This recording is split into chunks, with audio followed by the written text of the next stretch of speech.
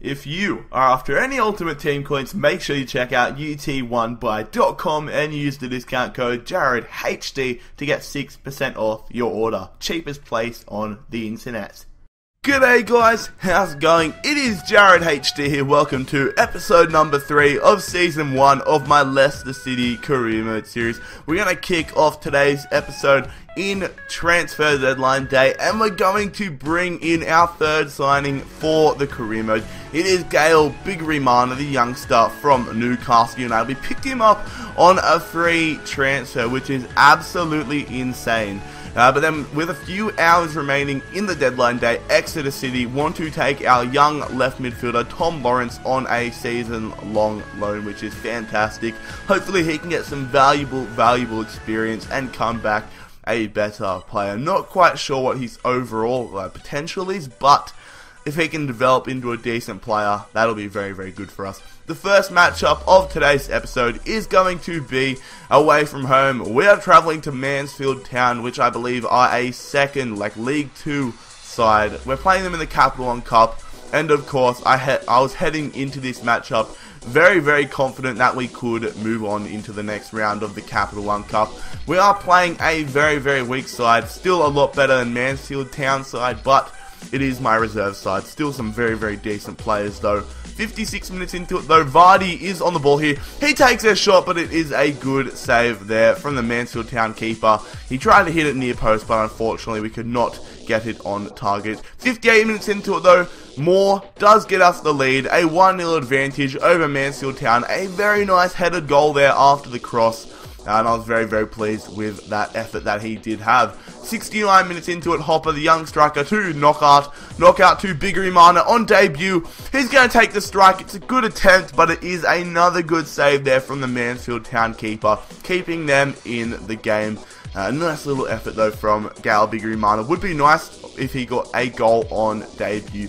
Off the resulting corner though, it is going to be James. He's going to whip it in to Moore. Moore with his second goal, almost hitting it off the post, and it is cleared away. All the way to the 77th minute now, where the young guy Hopper is on the ball. He sees a good run there from Gael Bigrimana on his debut. He takes a strike, he gets a debut goal, and he gives Leicester City a 2-0 advantage over Mansfield Town in this Capital One Cup matchup. Fantastic goal, and I was very pleased with that. 90 minutes into it though, it is Bingham on the ball, whipping it to Dempster. It is cleared away. It goes to Vardy. The striker to Hopper. Hopper's away again, trying to get past his last defender. He sees a good run there from Vardy. Vardy is in the clear. Vardy is 1-on-1, and Vardy is blowing an absolute easy opportunity.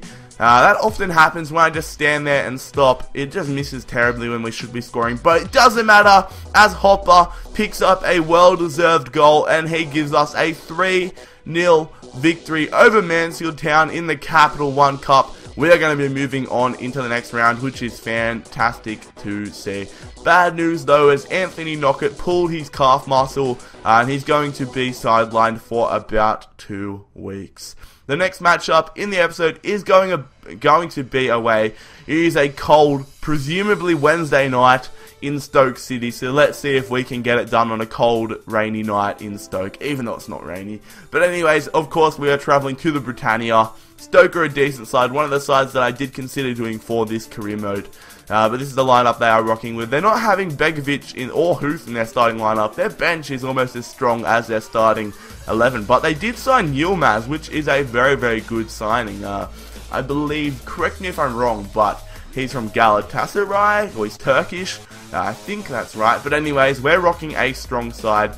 Nugent and Vardy are going to be our strikers for this matchup. But Yilmaz takes a strike. Sorry, it's Steve Sidwell that takes a strike, hitting it over the crossbar. The Fulham man almost giving Stoke a 1-0 advantage. And Zonzi plays it through to that man, Steve Sidwell again. He takes a strike, but lucky for us, unfortunate for Stoke, he does blow it over the crossbar. Very pleased to see that go wide. I did believe Stoke were the better team in this first half, and they started the second half in the same manner. Asaidi whipping it into Walters, but that is a poor headed finish there from Jonathan Walters, keeping it at a 1-0 all scoreline. Vardy over the top to Drinkwater. It's headed back here to Vardy. Vardy with the strike, but that is a good save there from Sorensen, denying Vardy a goal. It would have been a shock goal on the counter-attack as Stoke had been dominating us. It was a sick strike, but an even sicker save there from Sorensen. Off the resulting corner, Vardy with the header, and Vardy once again cannot score, getting it straight over the crossbar. 64 minutes into it, Drinkwater, he nods it on there to Nugent. A good header there from Nugent to Vardy. Vardy with the strike, and another good save from Sorensen. Vardy is unlucky not to have a goal against his name right now, but we're going to have to keep pushing and trying to get a goal here. As Bardsley heads it away, it goes to Mahrez. Mahrez takes it past Shawcross, takes a strike, and gets it into the back of the net. It took a slight deflection, but we will claim that 1-0 advantage over Stoke City. They dominated the first half, but we have dominated the second half. Very, very pleased to see that go into the back of the net. A lovely goal there from Mahrez, giving us a 1-0 advantage over Stoke City. 90 minutes into it though, Arnautovic plays it through to Ireland. Ireland to Wilson. Mark Wilson takes a strike. Oh god. We've conceded in the 90th minute. Wilson, the Irish centre-back, getting it past Kasper Schmeichel. Probably should have committed more and gone up against Mark Wilson, but unfortunately we have blown a 1-0 advantage, a 1-all draw, and I'm not happy with that. We need to get valuable points in this competition, but now it is time for a massive matchup. We are taking on Manchester United at the King Power Stadium. We need a win desperately. After 4 games we've had 2 draws and we are sitting in the relegation zone. We all know what happened in real life in this matchup. It was an absolute thriller. A 5-3 victory, I believe it was, to Leicester after a crazy comeback. So hopefully we can replicate that and absolutely beast it. Here is the lineup we are rocking. Jeffrey Schlupp gets a go in the starting 11, one of my favourite Leicester players. Manchester United, they are playing a fairly strong side. Di Maria, Van Persie and David De Gea all on the substitutes. So hopefully we can take advantage of that. But it doesn't matter who's on the substitutes bench when Wayne Rooney is your starting striker. He gives Manchester United a 1-0 advantage 28 minutes into it. And that's not what you want at all. Definitely not a good start to the game. Kasper Schmeichel, pretty poor keeping if I have to say so myself. And in the words of Gary Neville, the keeper should have done better. 45 minutes into it though, it is the man that is on loan from Manchester United, Powell, getting tackled there. But he does tackle Herrera, passing it to Karim Fry. Karim Fry to Vardy. Vardy, a good pass there to a lower. Good space from Powell. And Powell gets a goal against his loan club, showing no respect and celebrating a fantastic goal over his parent club. 57 minutes into it though, Powell is on the ball once again, playing it over the top to Vardy. Vardy takes it on the chest, takes a strike, but it is a good save there from Anders Lindegaard, who I have to say is a very nice person. I did meet him last year when Manchester United came out to Sydney.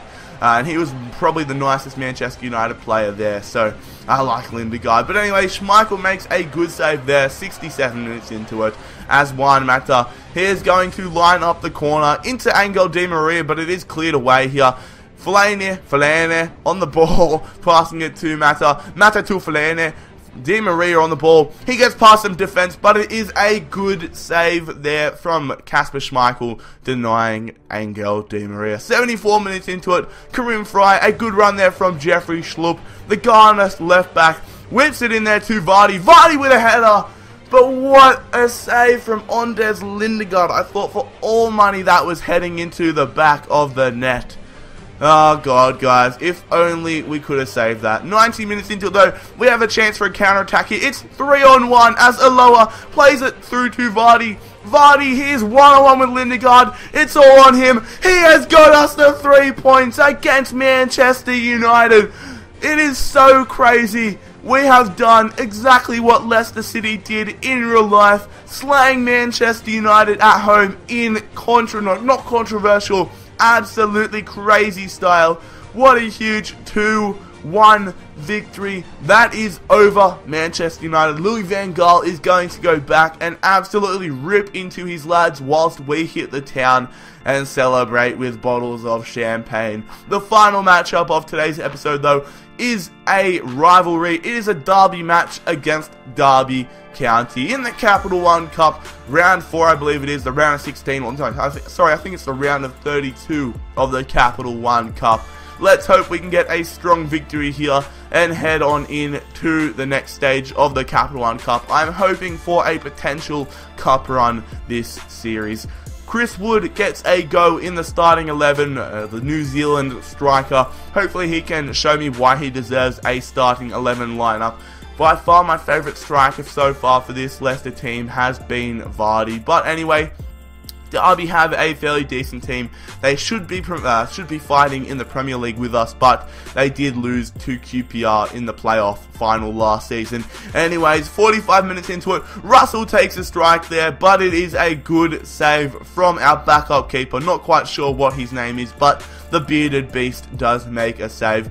59 minutes into it, the Kiwi, Chris Wood, laying it off to Gale Bigirimana, who's looking for an option. Ronaldo cuts in, and he gets taken down in the box, the referee pointing to the penalty spot, and we now have a chance to go ahead in this matchup. A definite foul and a definite penalty. We're going to give it to Nugent, who has decent penalties. He's going to put 2 bars of power straight to the left-hand side, and that is a fantastic goal there, giving us a 1-0 advantage over Derby County. And then 72 minutes into it, Gale Bigirimana, a good show of pace and a good ball there to Al Brighton.